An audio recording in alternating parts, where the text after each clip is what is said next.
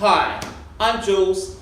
Welcome to Cult Wine. This is Pet Nat Explained. So, this is going to be a really quick video just describing, explaining where Pet Nat has come from, what it is, what to expect, with a few recommendations along the way. Now, Pet Nat is pretty new to us here in New Zealand. I did some maths and I think as of 2016 there were 2 or 3 wines. So Alex Craighead's Awesome Kindelly and Lance Ridgewell's Cambridge Road were both producing Pet Nats. There may have well been one more and I can't quite pin who was making it.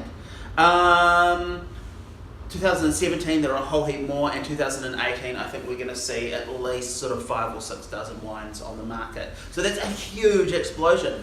And obviously there are imported wines as well. So where have these wines come from and what's the idea behind them?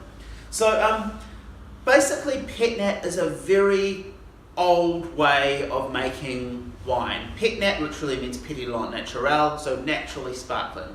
Obviously, it's a style of winemaking associated with the natural wine movement, but like orange wine, Pet Nats don't have to be natural to be Pet Nats. Just as not all orange wine is natural, not all Pet Nats are natural.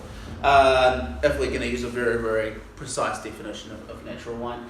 Basically, the way the wines are made is the roughest and simplest way is you bottle the wine while the juice is still fermenting, and the fermentation continues, and you trap carbon dioxide in the bottle, getting a sparkling wine. Obviously, that's doing that well is very tough. So what a lot of producers will do is ferment a wine out to dry, and then back blend with whatever they pick sort of later in the harvest, often Riesling, to add exactly the amount of sugar, grape sugar, that they want to add. Then they bottle the wine, it keeps fermenting, and you get a slightly more, hopefully, sort of precise product. So that's essentially how the wines are made. There are a few sort of riffs on that.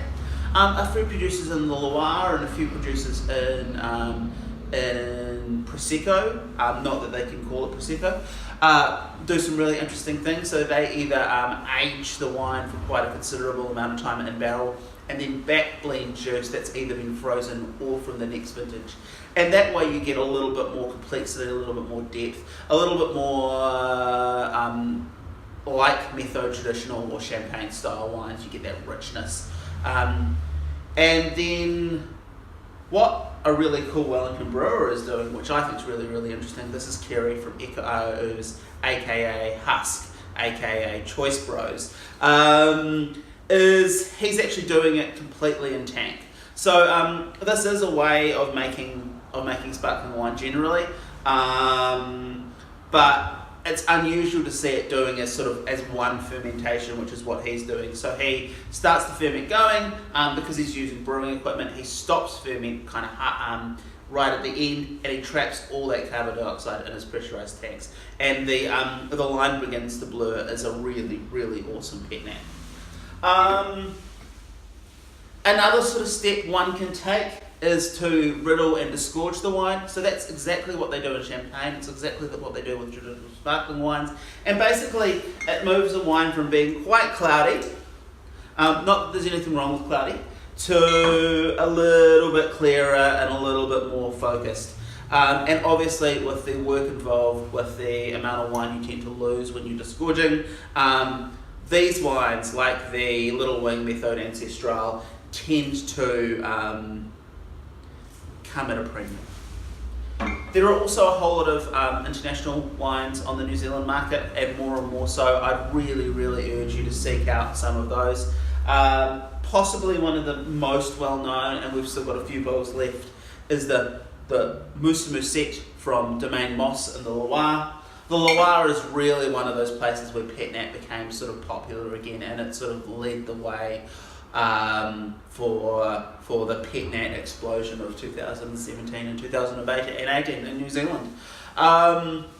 I love Pet Nat. They are some of our most popular wines. They're so tasty. They're so interesting. They're such a different take on wine. I really, really urge you to go and try one. Because even if you're not like a traditional wine lover, I think you're going to have your mind blown.